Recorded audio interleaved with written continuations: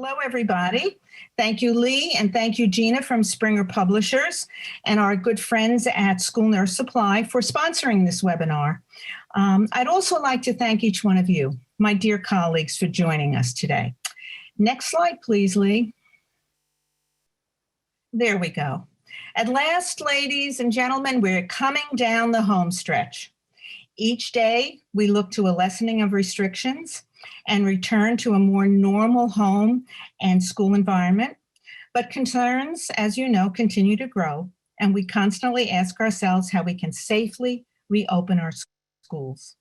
We seek patience and a common ground and try to understand those who refuse vaccines. And as nurses, we struggle to unite and preserve the health of the public masses.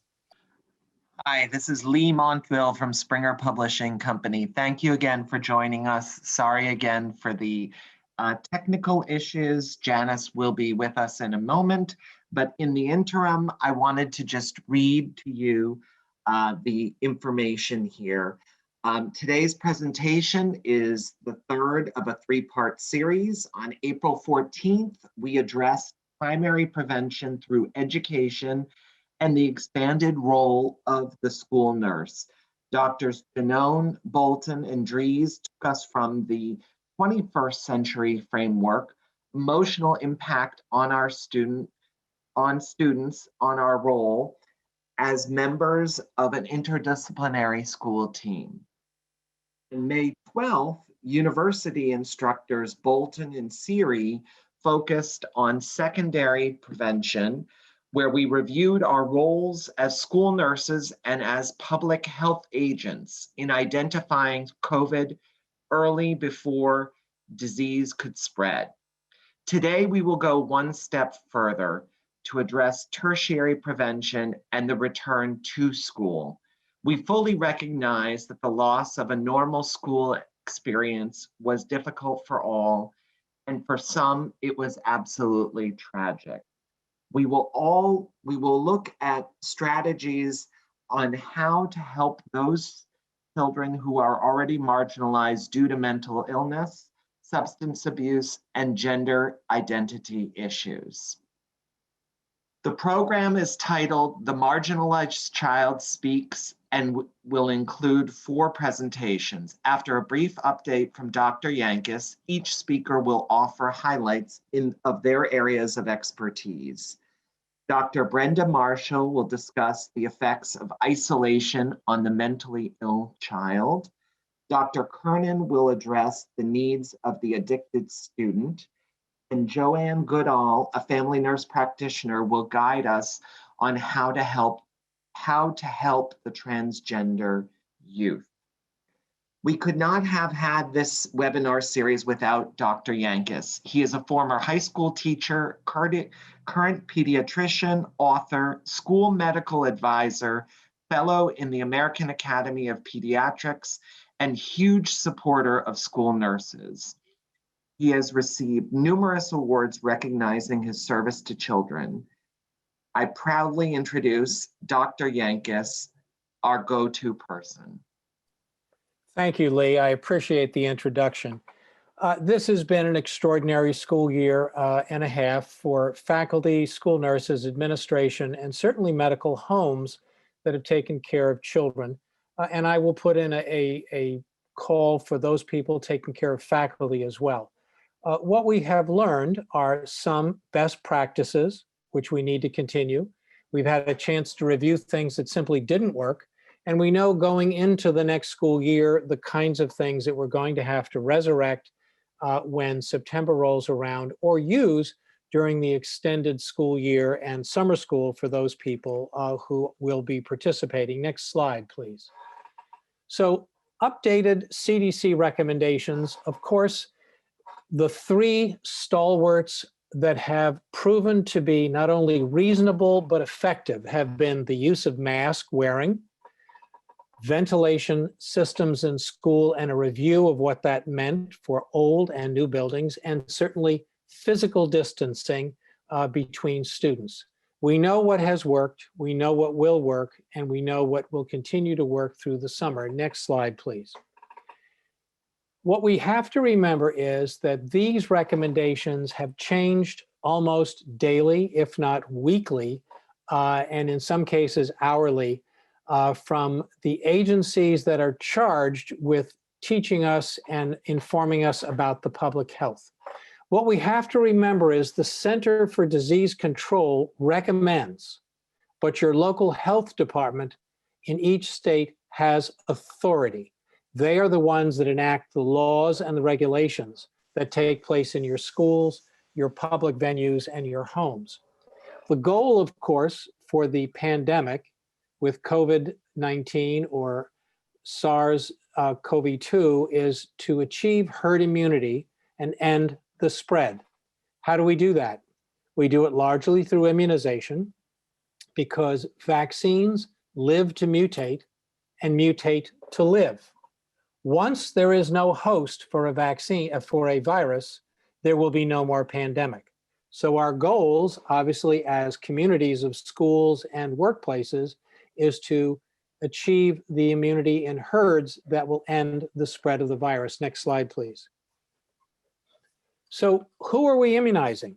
Obviously, 12 years and older are now able to be immunized.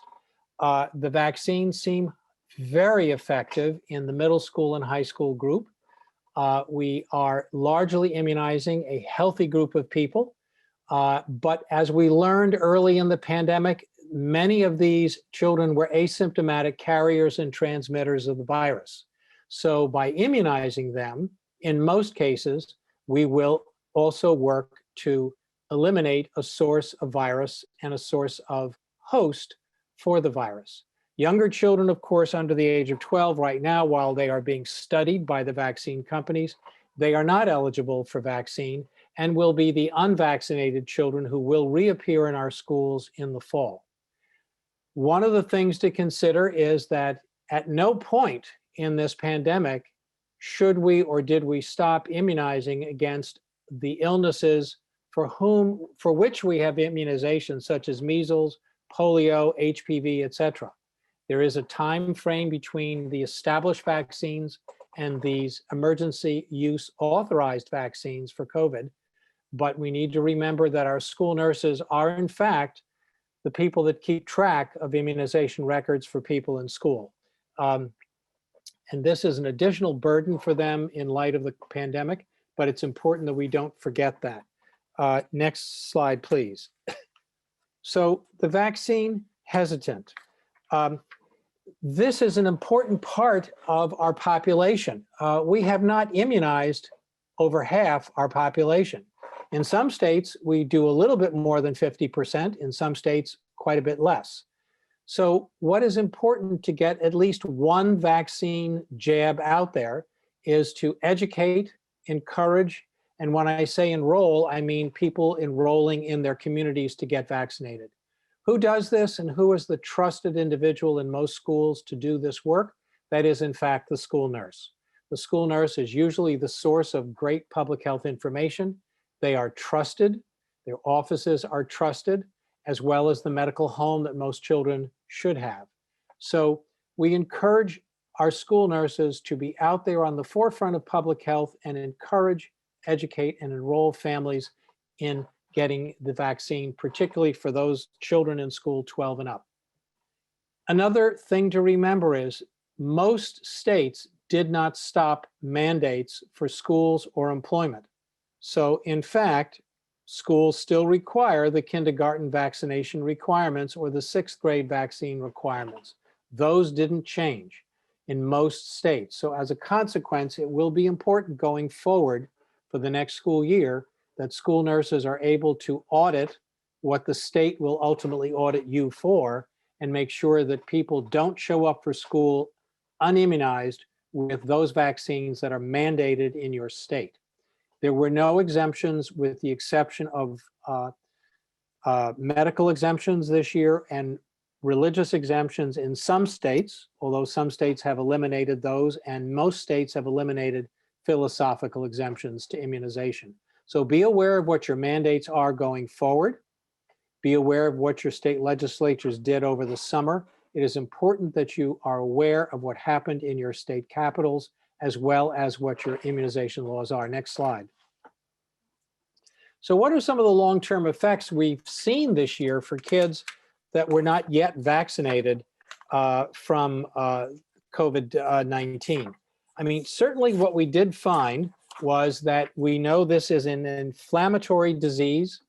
In some cases, it caused absolutely nothing. Children were able to transmit it and go about their business and be totally asymptomatic. That was a concern because they infected their families and older relatives. There were those that had moderate symptoms, some of whom in fact required hospitalization. Who were these children? Most of them had two things. They were either had issues with obesity or diabetes or previous heart issues. Some had cancer chemotherapy in the past, and there were a host of reasons. We learned as the variants came about that in fact more of the variants infected children that we had not expected. And for a very few children across the country, the inflammatory disease promoted organ failure, cytokine crashing of organs, and that was expressed in lasting effects of heart, lung, kidneys. And these children will not be in school, will not play sports for some period of time. The good news is most of them did in fact survive their disease. But they will be followed for at least 3 to 6 months, if not for years or longer. Next slide. So sports gatherings, interestingly enough, actually turned to be out of school some of the biggest sources of transmission of the virus, largely from non-school related coaches to youth teams, and then youth teams to one another and households. In school, there was very little transmission of the virus because we followed reasonable, practical guidelines. Schools this year learned to be nimble. They learned to pivot when it was necessary. So sports in some states simply didn't happen last fall. In some states where they did, we did see clusters of disease among children or clusters of positive cases which were transmitted therefore in the community. So sports regulated in each state differently, had to be looked at carefully going forward. Some fall seasons were moved to spring, some indoor sports were moved outdoors, and some sports were simply not played at all. Next slide. How do we prepare for a safe school reentry? Well, this, of course, is the subject of what everybody is concerned about. And how do we do this? Well, what we do is we certainly look to what was reasonable and what was best practice. That is to say, that varies state by state, but we obviously remember that throughout the pandemic, hand hygiene, spacing, and masking worked. It kept our schools largely safe. The quarantines that happened in schools largely were because of outside infection that happened and came to school, as opposed to generated from school. What we did learn this year was by practicing hand hygiene, spacing, and masking, we had almost no influenza this year at all for the first time in memory. Once we let our guard down going forward, if we eliminate spacing, hand hygiene, and masking becomes a question mark for the fall, we are likely to see the cold season return, remembering that colds are in fact coronaviruses, and that we will see influenza come. And influenza in February in most of our northern schools is the cause of most of the faculty and student absence in the wintertime. So again, we have to be aware to not let our guard down. The message here is, as the summer progresses and we get back to school in September, generally a warm month for most parts of the country, don't throw your mask away. Put it in the drawer. You may need it as we enter the winter. And when I say don't be bullied, by that I mean school nurses understand disease. They understand contagion. They understand transmission. Do not be bullied by your administration to think that, in fact, all of this disappeared. Remember, this virus will not disappear until we immunize 80% of our population or so, or that we have, in fact, not seen variants that have defeated the vaccines. Currently, that is not the case. The vaccines seem to be working well. Next slide. So suggestions for your schools for September: the equipment you needed in the spring and fall and winter last year, you will still need next year. You will need your protective equipment. You will need your isolation rooms and procedures. It has still been a good idea to keep visitation at school down, particularly for things that can't be held outdoors. Do not get rid of your masks until we know that the schools are largely immunized. Ventilation changes you made with air conditioning, fans, and so forth should not change. Class size, we know we're going back to have larger classes again, and distancing will be difficult. Excuse me, but you do the best you can. Next slide. Thank you very much.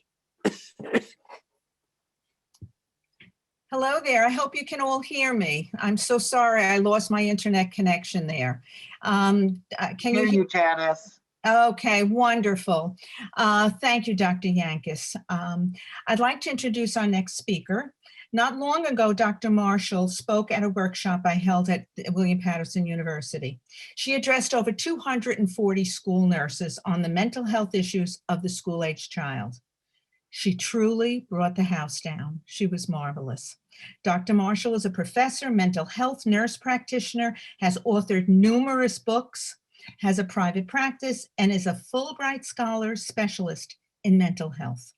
Mental well-being certainly has come to the forefront during this grueling year-long pandemic. No one can prepare us better for the days ahead than Dr. Marshall. Thank you for joining us. We're all yours, Brenda. Thank you. I'm going to start by saying you may hear a little ding now and again because I can't turn off my mail alert. So I apologize for that. Can we go to the next slide, please?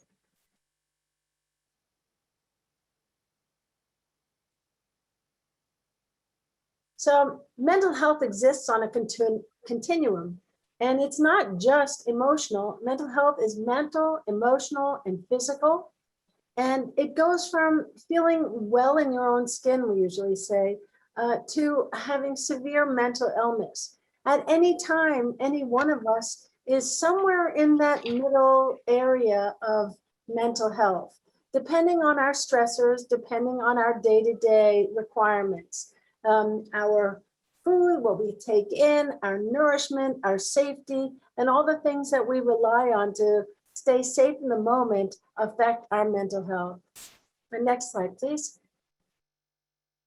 So in childhood, we see a number of common mental health challenges, and they are all listed here on this slide. The one I would like to bring your attention to is that post-traumatic stress disorder, because we're pretty well acquainted to the anxiety, the depression, oppositional defiant, attention deficit, learning and developmental disorders. Well, the post-traumatic stress disorder is something that, because children, except for ACEs, adverse childhood experiences, we don't normally think about children experiencing post-traumatic stress disorder.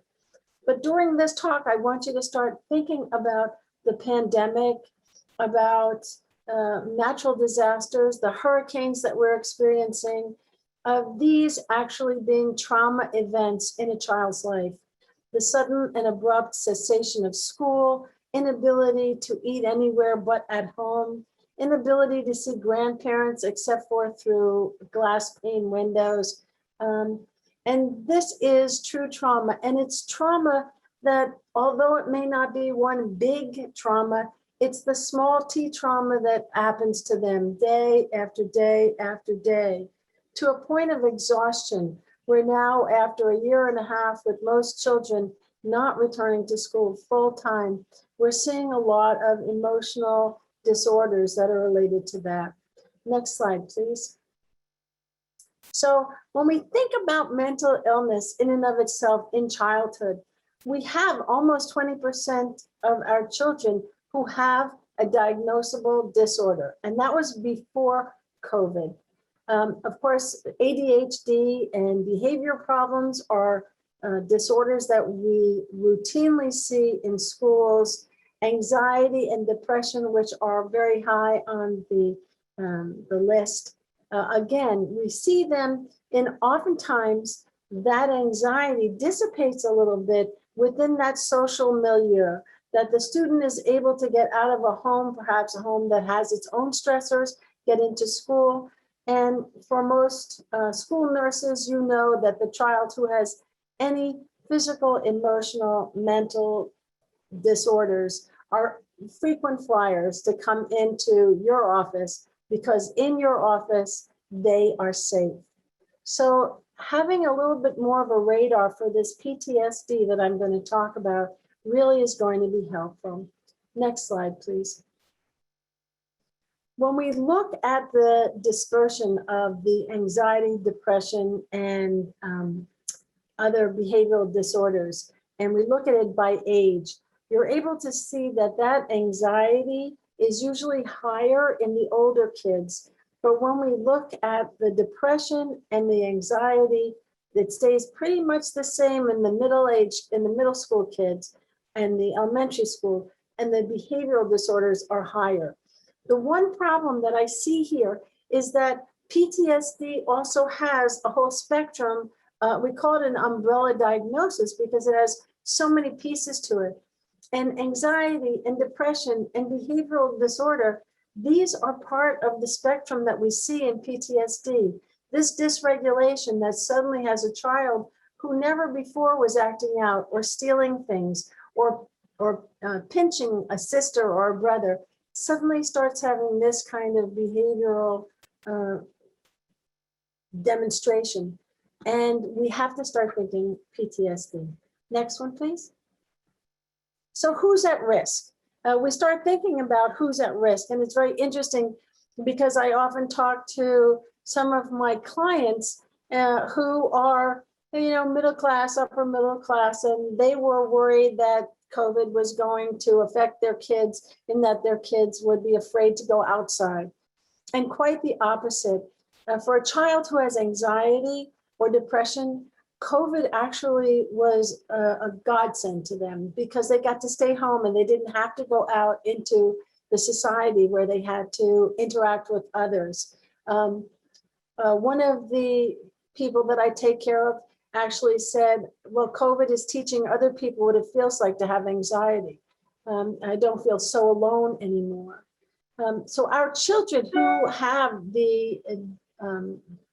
those disorders, they were not as badly affected initially by COVID, by the shutting down, by allowing them to stay home. On the other hand, the child who got 2 out of their 3 meals a day at school, the child who has multiple generations living in the same house with most of the adults having 2 jobs at least, those children suddenly found themselves locked into homes where there was no escape. And oftentimes the parents lost their jobs, the grandparents became ill. And this was an extremely high-risk situation, especially for those children coming from lower socioeconomic areas. Next slide, please. So when we start thinking about a child's mental health, it's not only about the child because the child lives in this petri dish of the home. And so if you have increased unemployment, if the parents have lost their insurance, if parents become emotionally unstable, if there is an increase of violence in the household, there are children who were given Chromebooks and those Chromebooks were taken by the adults and sold. And then the child had no Chromebook and nothing to be able to explain because they were sworn to secrecy. When we think about the stress that we are all under, nearly half of us have this increased stress and anxiety during COVID-19. And this social emotional learning environment, being around friends. So we think, oh, well, Zoom is wonderful. Yes, Zoom is wonderful if you have access to internet. Zoom is wonderful if you have access to a computer. Zoom is wonderful if there are a number of telephones in the house and someone's willing to give that 7 or 10-year-old their telephone for 5 hours. We have to start thinking about what we are requiring of households in order to stay connected. So that is where this pandemic becomes a trauma, where this pandemic actually exposes children, some children who never had any other adverse childhood experiences are suddenly now having adverse childhood experiences where there is arguing and fighting in the house, where there is an increased consumption of alcohol. We know that alcohol use has gone way up during the pandemic. And those children who get ill with COVID, are they long haulers? We don't know. We're not sure. One of my clients, their 9-month-old baby was sick with COVID. And although the baby made it through, every single month, once a month, that baby spiked a fever of 105 for about 2 days. And they told them that that was probably secondary to having had COVID. Next slide, please. So there are not just risk factors, though. There are also protective factors. And I'm really happy to say that school nurses are one of those really important protective factors. So when we're thinking about how a school nurse can impact the child, you are a connection. You are some of that connective tissue between the school and the family. As the kids are coming back to schools, you're going to be able to be in communication, let parents know what's going on, what's needed, what's necessary, and take away a little bit of that stress and fear. And when the child comes in, if the child is anxious, being able to ask the child, so what do you do on the weekends? Are you able to be part of a religious community? Do you go to church? Do you go to temple? Do you have a mosque? And find out what other support systems are available to that child. Next, please. So this is a very busy slide. I'm not going to go through all the behavioral diagnosis, all the symptoms that we see. But when you see a child coming in and having these kind of signs where you have this arguing or lying, I want you to really, again, take a moment to find out if there's something else going on. If that child has moments when they're talking to you and they almost seem to leave the room in front of your eyes, that dissociative kind of dreamy look of holding back tears but not being able to respond to you. And to be able to understand that this is something that needs to be handled slightly differently, because putting a child who has PTSD on an anxiolytic might help out a little, but it's not going to take away the PTSD. There are specific medications that we use for PTSD that actually help the child and help the adult as well to be able to get through. And you may see them because if they are anxious, if they're not sleeping, if they're not eating right, and they're coming into you.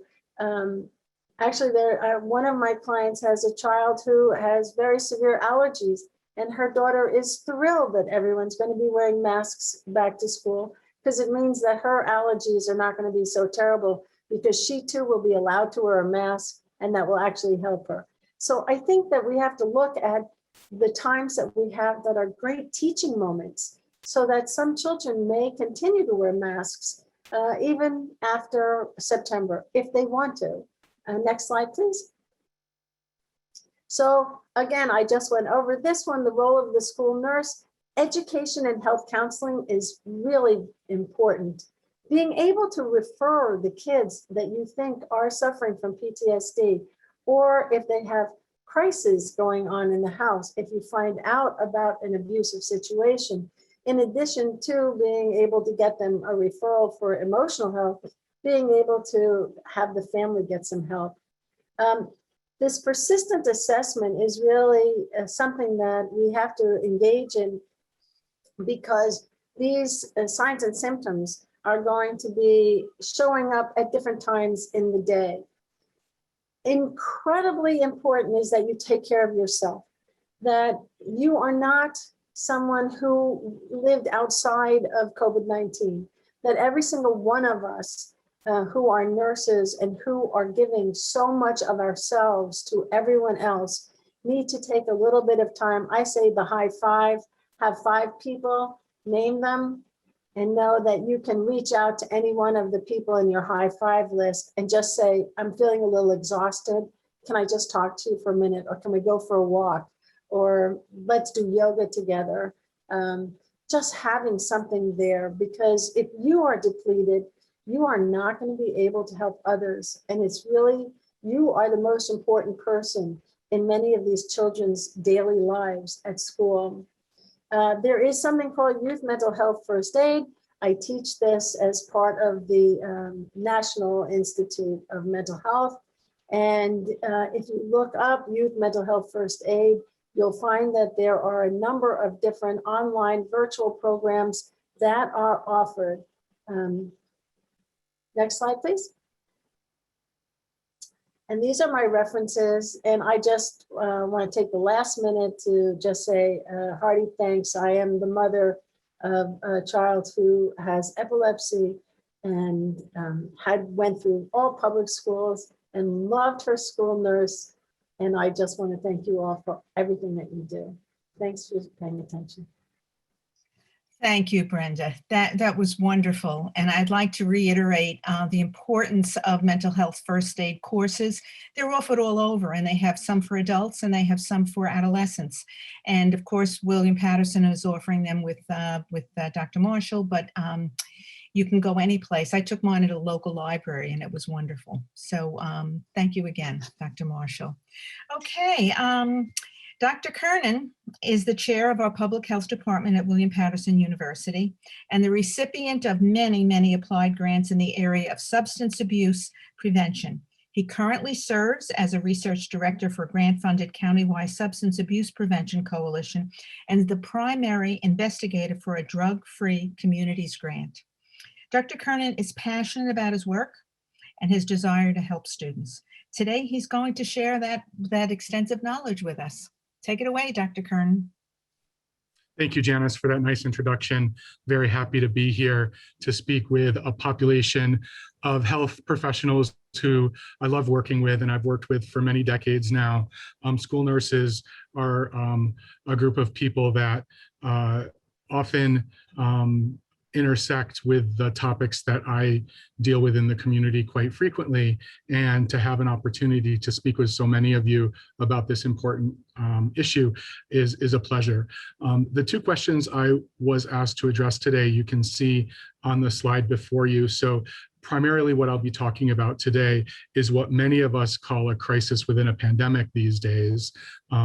While we've shifted our focus to COVID in the schools, we are still working behind the scenes on this now 2 decades long opioid crisis that we are facing in America. So I'll talk a little bit about some updates there today, and then I'll talk a little bit about what the data has been telling us about how COVID has affected students who may be struggling with substance misuse or abuse. Next slide, please. So this may be an image that's familiar to you. It's a heat map of the United States. It shows the number of drug overdose deaths in America for about an 11-year period. This may not be surprising to school nurses to see that the drug overdoses have increased steadily each year. On a heat map, we move from counties. This is actually organized by counties within states. Counties with lower numbers of overdose deaths with noted in blue, and as the color becomes more yellow through orange through red, we see that the deaths have increased. Again, this may not be a surprise to school nurses, but the thing to note about this map is this includes all drug overdose deaths, accidental poisonings, as well as substances of misuse. But the sheer increase that we've seen during these 12 years, I guess it is phenomenal when compared to the same time periods in our recent past. It's staggering, quite frankly, and it is largely driven by one classification of drugs, the opioids. And that's what I think is really important to understand, is that while we are still concerned with assisting young people, particularly with all substances of misuse and abuse, that opioids really are the one that is driving the major numbers in terms of morbidity and mortality in the United States. Next slide, please. So one of the questions I was asked to address is, how did we get here? And I hope that most of you know this already as clinicians, that it's very clear now that the major drivers behind the opioid crisis was the sheer prevalence of prescription opioids in circulation due to overprescribing and fueled by a pharmaceutical industry that was interested in profit and using some very early scientific research from the 1980s to justify their claims that prescription opioid drugs were safe and effective ways to manage pain both inside the hospital, but more importantly, for many, many weeks after discharge from the hospital. And today we know that that is one of the major reasons that has led to the accessibility of opioids in the community and the opportunity for both people who receive prescriptions to use prescription opioids, but also their family members, their friends, and other people in the community to divert those same drugs to their own misuse of those drugs. At the same time, we're talking the late 80s, the early 90s, hospitals were very concerned with their patient satisfaction scores. Pain became one of those vital signs that hospitals used and the funders of hospitals used to judge the quality of care that people were receiving in the hospital. Because as you all know, pain is subjective.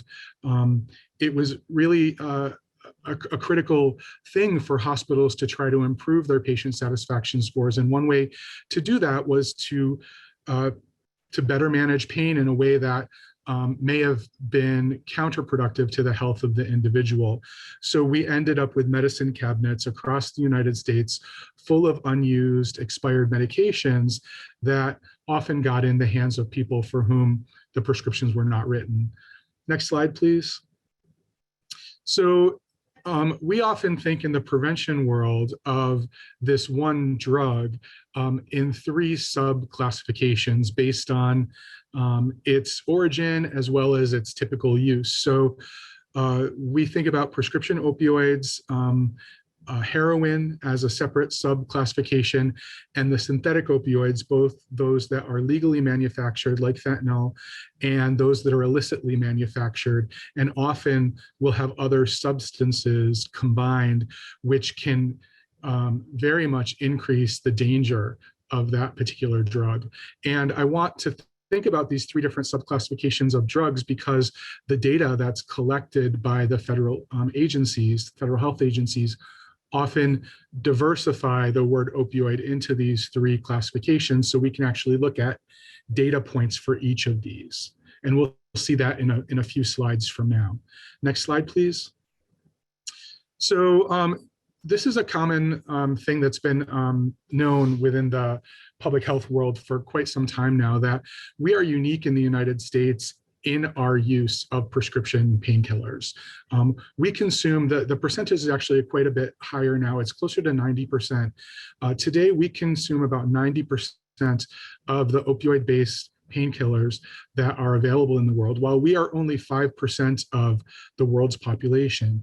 And this is important because when we work with heroin, people who have used heroin with opioid use disorders, at discharge, and we try to get them into a treatment facility, we ask them where their abuse of these drugs began. And 4 out of 5 of them, 80% of them, tell us that their heroin use first began with the use of a prescription painkiller, something that maybe they were prescribed or something that they obtained from someone else who had a prescription. So that's really significant that in our country, we consume so many painkillers, and we find out that people with very significant substance use disorders began their began their journey with that substance, with something that was handed to them by a doctor or a friend or a family member.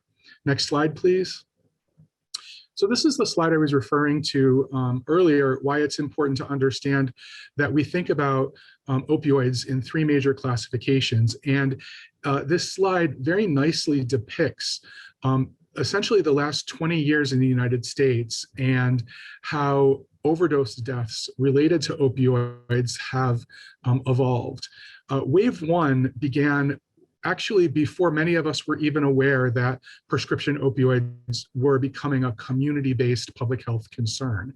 Back in the late 1990s, the number of overdose deaths related to the use of prescription opioids began to climb pretty rapidly.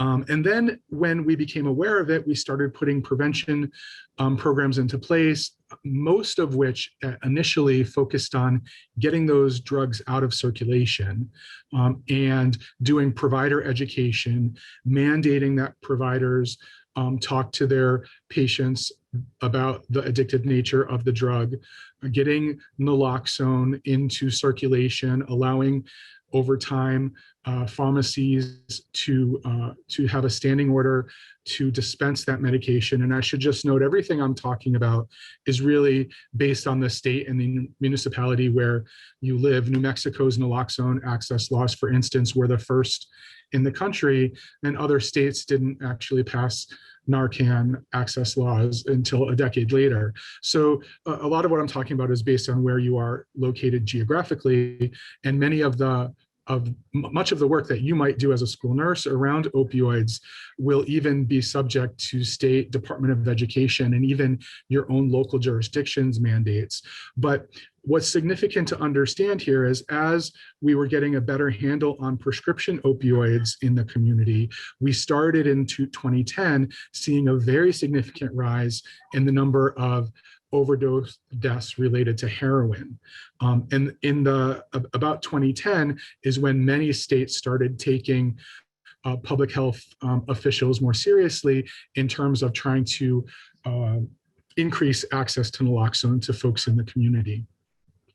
And then just a few short 3 years later, we started seeing a significant rise in the number of opioid deaths related to synthetic opioids, things like fentanyl, as I mentioned before, tramadol, and really concerned about those that were illicitly manufactured. As with all drugs that are illegal and bought by individuals from sources without quality control, we don't know what other substances are in those drugs. So you can actually just see in a few short years between 2013 and 2017 that very sharp rise in the number of overdose deaths that we see from those synthetic opioids.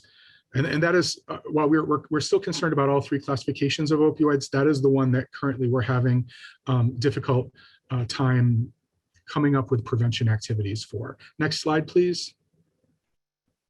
So the federal government over time has come up with many different responses to the opioid crisis. And this is just one framework that I think is useful because it's a simple one to look at, but it essentially outlines some of the many prevention activities that have been put forth in communities. The first one references what I spoke about before in terms of provider education, sometimes depending on the state, even mandatory provider education, prescription drug monitoring programs with required registration for any provider who is writing prescriptions for painkillers, opioid-based painkillers. The second figure on this diagram talks about increasing access, particularly to the most disadvantaged populations, to medication-assisted treatment for their opioid use disorders. And then the third bullet talks about the importance of making naloxone as widely available as possible in every community in the country. So there are many public health prevention strategies that have been used. These are three that have been quite effective. Next slide, please. When we think about the young people that we work with in opioids, much of what we think about with other drugs remains true for young people. Those young folks who are most vulnerable are in some ways the same young people that Dr. Marshall just spoke about, those who have adverse childhood experiences, those who have past trauma, those who have mental health concerns, those who have unstable family backgrounds. Again, and I think this is something that all nurses know, but I also want to add a few more groups to the list when we're specifically talking about opioids. And the first image reminds me that we have to be cognizant that a young person who may have never even considered trying a substance of abuse, if given access to a substance, may at some point during their life decide to try that substance to see what happens. And as you all know, with opioid-based drugs, there is something that happens in the brain that just makes people want to continue to use them. So limiting access to youth to opioids is really important. Another group that we focus on specifically with opioids, because of the number of injuries that happen in athletics, are young athletes, both those that are involved in school-based athletic programs, but also it's important for the school nurse to remember there are lots of types of physical activity in athletics that students are involved in that are not directly involved in school. I'm thinking about things like students who do martial arts outside of school, or who do gymnastics, or any of the winter sports outside of school that you may not be aware of because they're not coming into your office to get screenings for participation in their activity. And research suggests a third group of young people who may be more susceptible to opioid use disorders, and those are non-college bound seniors. Those who remain in the community, some research suggests that they are more susceptible to the development of opioid use disorders. And there are lots of sort of social ecological reasons for that we don't have time to discuss right now, but it is an important group for you to look out for. Next slide, please. So when we talk about substance abuse in COVID-19, we don't have a lot of really strong data at this point, but I will introduce you to one study, next slide please, which occurs every year, and it's called the Monitoring the Future study. And we actually do have data from spring of 2020. So that's well into COVID time. This is a study that's done by the National Institutes of Drug Abuse and managed by the University of Michigan. And it's done every year with 8th, 10th, and 12th graders. And what you can see from both of these charts is that over time, and I know they're very small, but I wanted you to see the change over time. The first, on the x-axis, it begins in the 1970s and ends last year in 2020, we see that both use of narcotics other than heroin as well as heroin have dropped off over time. And that was true for 2020 as well. The youth substance self-reported use of these substances has gone down over time, including last year. The only caveat I would add with that is that the response rate for the data from last spring was very low. Next slide, please. And my last slide, and something that is just a good reminder for all of us. While opioids are a major concern in the United States right now, the top 3 drugs of abuse among young people have remained the same for many, many decades: alcohol, tobacco, and marijuana. They are still being abused more than any other classification of drug by young people, particularly tobacco and marijuana, now that vaping is something that we are now concerned with. But the Monitoring the Future study is also showing us that these 3 drugs of abuse are also starting to level off among young people. So a message of hope as I leave you all today with a lot to think about when it comes to working with young people in substance abuse. Thank you. Thank you for leaving us with a little hope there too. Thank you very much, Dr. Kernan. Okay, I'd like to introduce our next speaker here and final one.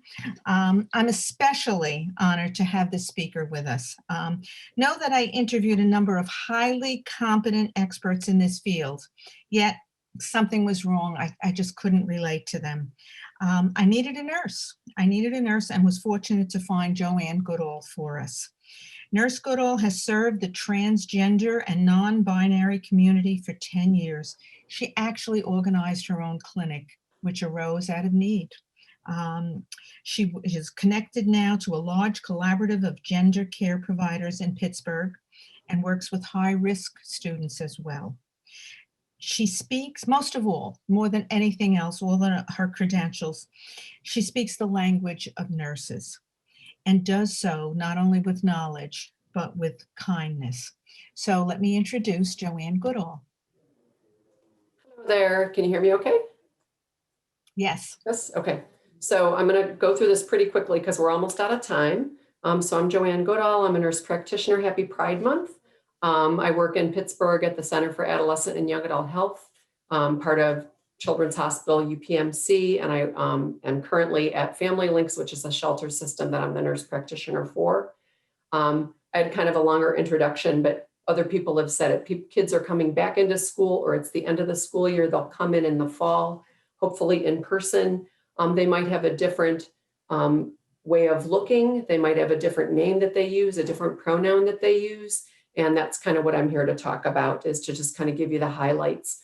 All of these slides have lots of words on them so that you don't have to frantically take notes, just to kind of get the gist of things. So next slide. So gender dysphoria, your gender is how you identify in terms of masculine or feminine.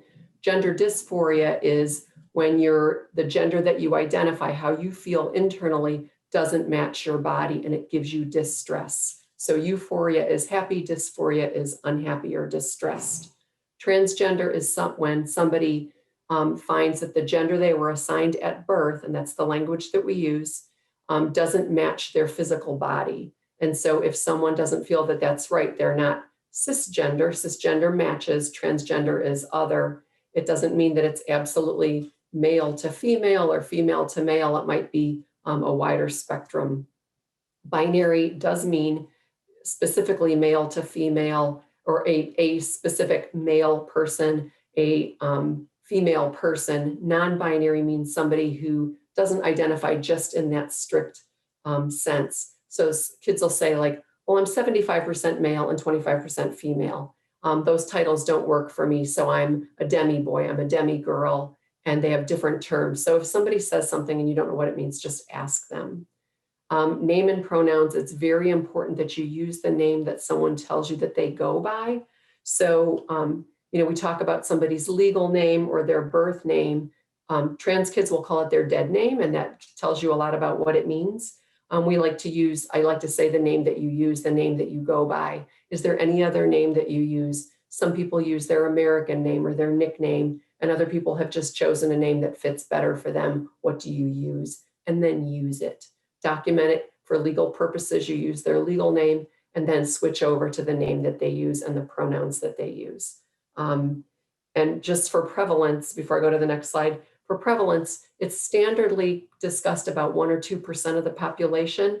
One of my colleagues, Dr. Casey Kidd, just did a survey of the Pittsburgh public schools and asked questions about gender variance, and 10% of the students in the Pittsburgh public school identified as a gender other than they were identified at birth. That's a big difference. Next slide. So this is a quick, very cute cartoon. It's not, too intense. It's just a cute cartoon of a genderbread person. Your identity is, this is all gender. So your gender identity is, who are you in your brain, regardless of your body, masculine, feminine, both, neither, what fits for you. Only the person can say who that is for themselves. Nobody else can say, I know that you are such and such, because you're not inside that person's head. Your attraction is another part of you, and that's, are you attracted to male people, female people, both, neither? Where does that fall for you? Your sex in this slide is your genitals, and that's how people are identified at birth typically. And then your expression is, do you wear short hair, long hair, makeup, a beard, nails? How do you dress, and how do you put that out to the world? Next slide. So think of gender as a spectrum. This is just this cute little cartoon from Barbie to G.I. Joe.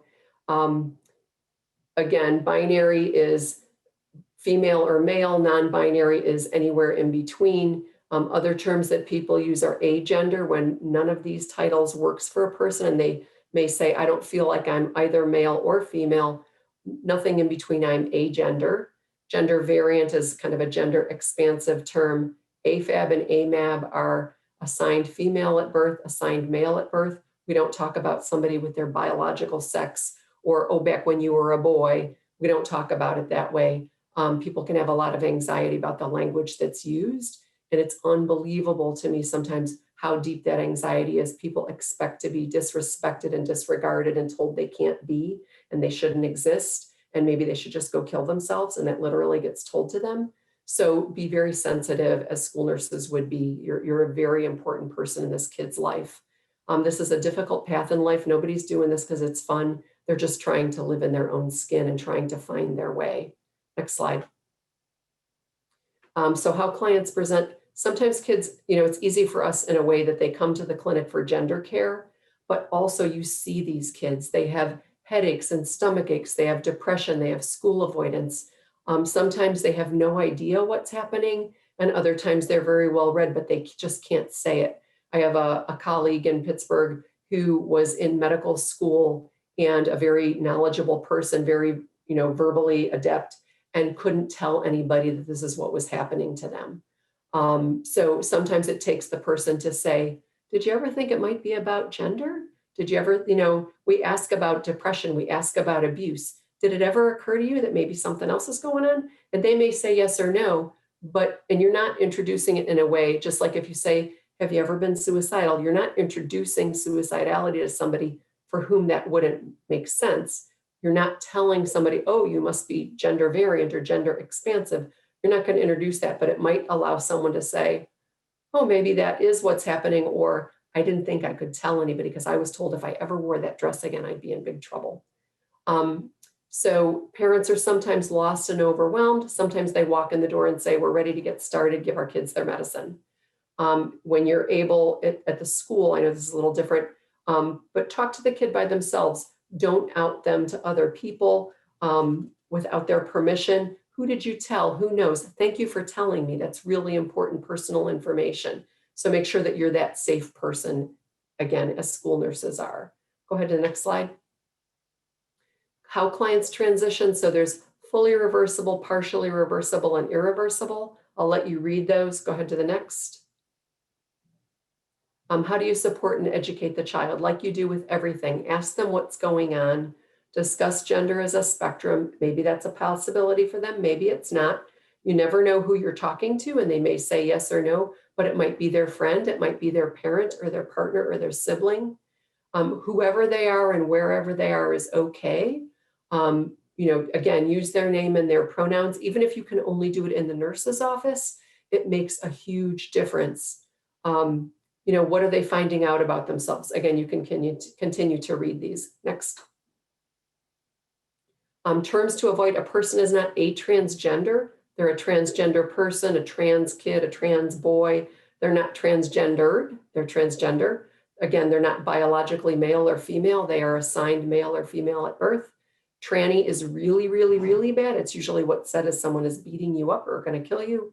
Somebody is trans. It's not a cute nickname for somebody. We don't use somebody's real name. Their real name is the name that they use. We say their legal or insurance name or their birth name. Again, they say their dead name. Only a boy or only a girl. You'll never be a boy. You'll never be a girl. Look in your pants. That's what kids hear on the street and what they hear at home and what they hear from the bullies. So that shouldn't be you. And if this is something that you can't wrap your head around or that you can't really support yourself, please keep that to yourself. These kids need our support. If it's something that you need to talk about with a friend or talk about with somebody else, great, but please be the supportive person for that young person that comes to you and trusts you. Be really sensitive to their sensitivities, and language changes a lot. So you got to kind of keep up with that. It helps. Next. How do you, if you work with the parents, again, just like the kids, what's going on for them? How are they feeling? Are they able to understand what's happening with their child? The most important thing, and I say this over and over to parents when they bring their kids in, is that you love your child. You support your child, even if you don't understand it, even if you can't get right behind it. I love you. I will not put you out. I will walk this journey with you. I will help you through it. Home needs to be a safe zone. School needs to be a safe zone. Get support. PFLAG is a big Parents and Friends of Lesbians and Gays. It's a huge network all across the country and probably across the world. And they're active in all communities. and there are people to help help the parents, know how to deal with their kids and to give support. And we don't like to throw it out there in the beginning, but isn't it better to have a live transgender child than a runaway or a dead cisgender child? Next. Some resources. So these are the resources for parents mainly, or school. I mean, anybody can look them up. Next. These are clinical resources. Everything that we do is online. Anybody can look it up. These guidelines are fabulous. If you want to get a feel for what we do medically, those are in there. It also gives lots of information on how to work with kids, how to deal with the issues of gender variance. So they're fantastic references. Go ahead. So one of the things that everybody talks about is sorry, I'm talking too fast. 40% of trans-identified people have considered suicide. We know that, so let me get the right thing here. So the Trevor Project just did a study with kids, and it came out the other day. Transgender and non-binary youth who reported having pronouns respected by all of the people they lived with attempted suicide at half the rate of those who did not have their pronouns respected. So that's just one little thing that sometimes people say, oh, I can't say he, I can't say she, I can't say they. Yes, you can, and it makes a huge difference. Work on it. If you have a mistake, just say, I'm sorry, I'm trying. But it makes such a difference in somebody's life to be accepted and to be seen. And it can make a difference in someone attempting suicide, attempting running away, turning to drugs and alcohol. So please, please, please do it from your end as the school nurse and encourage parents to do the same if you're allowed to talk to them about it. There's some more references there for crisis people. Next slide. Oh, that's it. Okay, so that is an hour-and-a-half lecture in 10 minutes or 12 minutes. Any questions? I guess put them in the chat. Sorry. Yes, we'll have some questions. If you can stay for a couple of minutes. Sure. Joanne, fabulous. Thank you so much. This is information we needed. You said, as I promised, she said with warmth and love and spoken as a nurse. Thank you so much. If you can stay on, our wonderful speakers, I think, Lee, we have time maybe for a few questions here, and I wish we had longer for all of you. Are you there, Lee? Yes, I am here. Can you hear me? Yes, we can. Okay. So from the audience, Lori asked for Bill, would you attribute the substance abuse prescribed narcotics to the situation where the medical world is now evaluated according to patients' experiences of being pain-free, subjectivity or objectivity?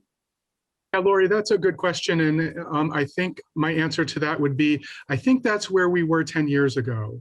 I think that prescribers, both physicians and nurses, were feeling the pressure of managing patients' pain because that affected the bottom line and whether or not patients returned to the clinic, to the provider, to the hospital. But I think we have come a long way in terms of provider education and in terms of control over the narcotics that are being prescribed, so much so that in many states, physicians and nurses are being tracked when they prescribe these things. So I actually think with the advent of alternative to opioid programs popping up all around the country, that we have learned that a large majority of the folks who were receiving prescription narcotics to manage their pain can be better managed in some ways with other ways, other medications or other physical ways to manage pain. Many states have passed prescribing rules of a 5 or 7 day supply. So I think we've come a long way, but yes, I do think that that was one of the early contributing factors to why there were so many prescription narcotics in circulation. Good question.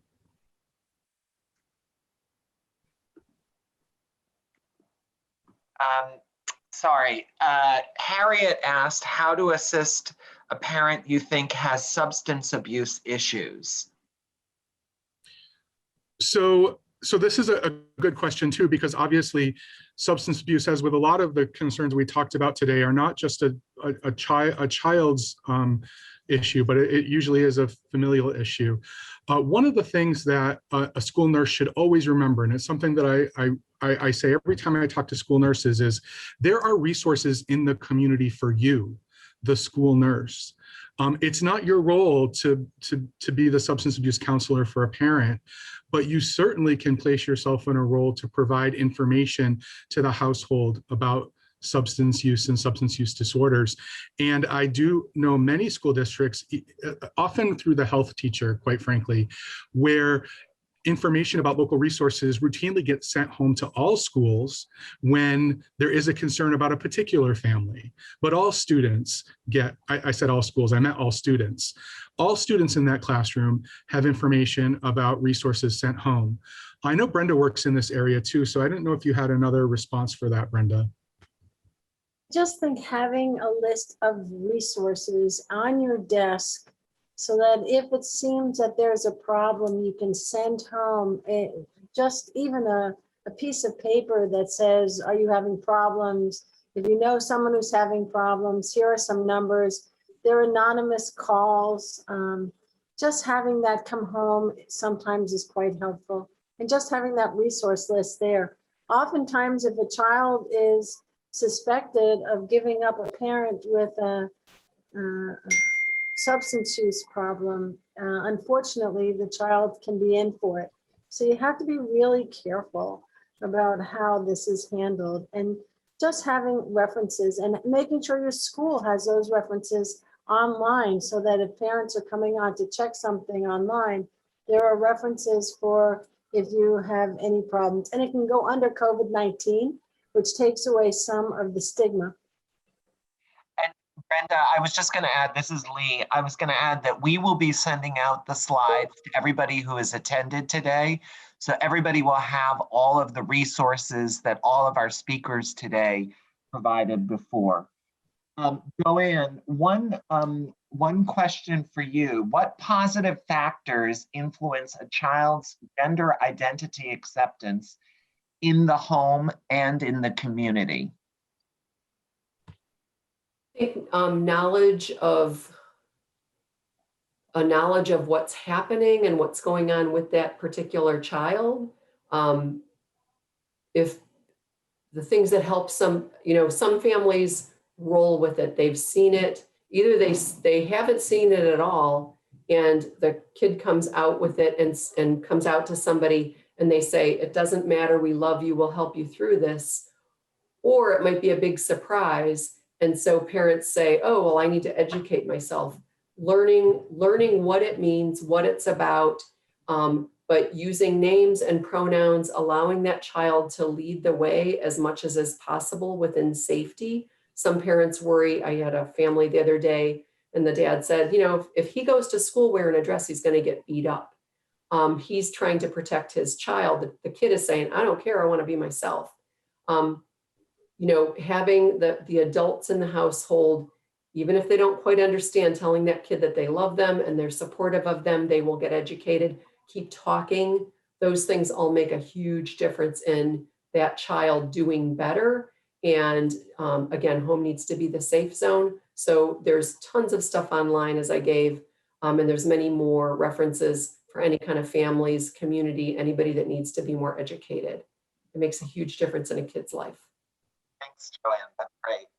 And Dr. Yankas, excuse me, regarding protocols, what are your recommendations for the fall reopening as far as masks, isolation rooms, distancing, lunch, and recess? Good question also. First of all, don't get rid of your isolation rooms because we don't know where we will be with the pandemic in the fall. So that's already been established. Don't lose them. The second part is we're hoping that we can start school maskless, but it's going to depend to the state you're in, the community you live in, and the transmission in those areas. Most states have had matrices talking about transmission. In my state, every week it comes out on Thursday, and for the majority of my state, New Jersey, we are still moderate transmission. even though the cases are getting better and better. So as a consequence, as far as masks in school, it's going to depend on where we are in September and how many more middle schoolers and high schoolers we can immunize. It may be that our elementary schools have masks, but our high schools and middle schools don't, depending upon immunization numbers. As far as other things for the fall, as I said, this changes daily. It is a fluid scenario, and it all depends upon where the virus and the variants are in the fall. So whatever practices work for your school, consider where you are working with your local public health people and your local public health departments as to what would be best practices starting. What I am concerned about is as we get into the cold weather up north in the winter, where some states may have to make accommodations again that other states won't. So best practices, please talk to your public health people as to what makes sense for you all. Great, great I was- advice. I was hoping that I could add something because Jan did something that was so important. And I know I had mentioned it when we had done the first run through, and I did not mention it today. Suicide is the second leading cause of death for young people between the ages of 10 and 24. And as Joanne said, that number goes up exponentially if you're talking about youth with a gender dysphoria. And so one of the things that's really important that so many people are uncomfortable with is being able to ask the question, are you thinking about killing yourself? Or are you thinking about suicide? And I encourage everyone who's on this today to get comfortable asking that question. You will not be putting that into the child's head. The child has already been contemplating it and afraid to say the words. And because they can't tell anybody what they want to do, and they give hints and clues that go oftentimes unrecognized, they have nowhere to turn. And when you ask them, are you thinking about killing yourself? You will get an answer. They will let you know if they're thinking about it. If they say yes, ask them how they would consider doing it, if they have a plan. If they have a plan, do not let that child stay alone at all. Make sure you stay with the child and get them immediate help, because that is imminent. So, and I often say to my clients that suicide is a permanent solution to a temporary problem, and we can work through this temporary problem. Great. Thank you so much. That's great. Janice, any final? Yes, first of all, I apologize for my technical difficulties here, but I did want to stress the fact to all the participants, first of all, thank you, and let the listening audience there know that these wonderful experts here have volunteered their time to help us. I'm especially grateful to Dr. Yankas, who has been with us for the long haul. He's given his time to each and every program that, each and every webinar, and he's been absolutely wonderful in supporting us. And really, I mean, between the three speakers today, you're absolutely marvelous. You've given us just enough information to really focus on these issues. And I thank you from the bottom of my heart. And thousands of children that will benefit from this will also thank you. And again, thank you, Lee, for jumping in there and doing my introduction. I appreciate that. I will punch my computer when we're finished here because I'm furious after all that practice. And we will send out this recording to everyone so that everybody who has attended today and signed up today will get a copy of the recording. And thank you. I want to echo on behalf of Springer Publishing Company. I want to echo Janice's thanks to all of our speakers today. We really appreciate all of your contributions to today, as well as to the books that we've published. And we thank you so, so, so much. And again, thank you to all the school nurses out there. Great. Thank you and Have a great day. Thank you. Yes. Bye now. Bye-bye. Bye.